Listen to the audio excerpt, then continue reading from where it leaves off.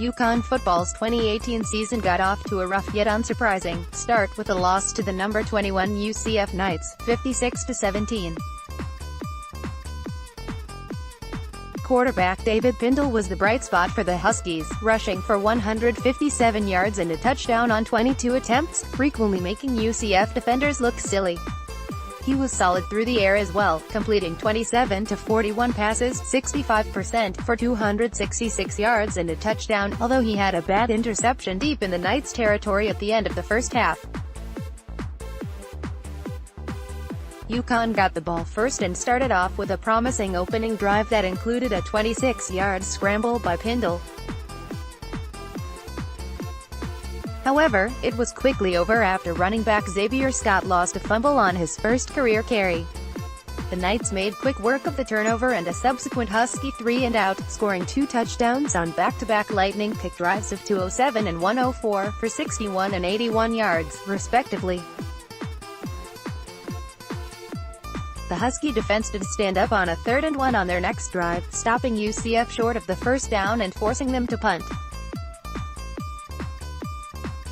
UConn responded with a 49-yard drive to set up a 44-yard field goal from Michael Tarbut that made it 14-3. Pindell was electric on that drive, rushing for 30 of those yards and frequently slipping away from UCF defenders.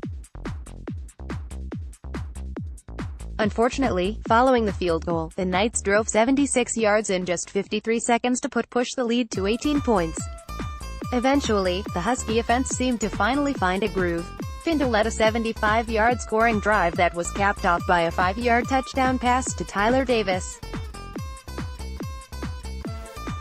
The senior signal caller was accurate with his throws, even with pressure coming, and the run game also found some openings. UConn went into the halftime break trailing 28-10.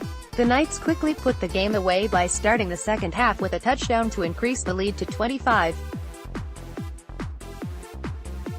UCF tacked on 3 more touchdowns across the second half while the Huskies' only other score came late in garbage time. Outside of Pindell, UConn's run game struggled, as the running backs managed just 63 yards on 24 carries. Kyle Buss led UConn pass catchers with 7 receptions for 113 yards, but did fumble in the fourth quarter after a 46-yard gain. Overall, he was effective in the short game but also broke off a handful of chunk plays once he found space. On defense, UConn was clearly outmatched by UCF's fast-paced, high-powered offense. The Knights scored a touchdown on all but one drive aside from a possession with 23 seconds left in the first half.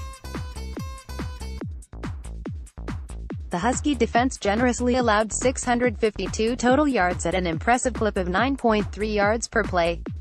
The tackling was bad, the coverage was bad, but hopefully this is the best defense they face all year.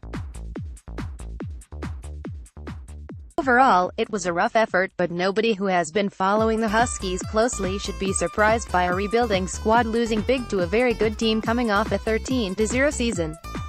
The offense looked alright, and could win some games, and ideally the defense can perform better with more experience and against teams with less firepower than UCF had.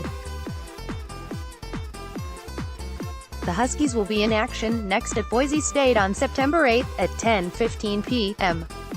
ET in a game which will be televised on ESPNU or ESPN2.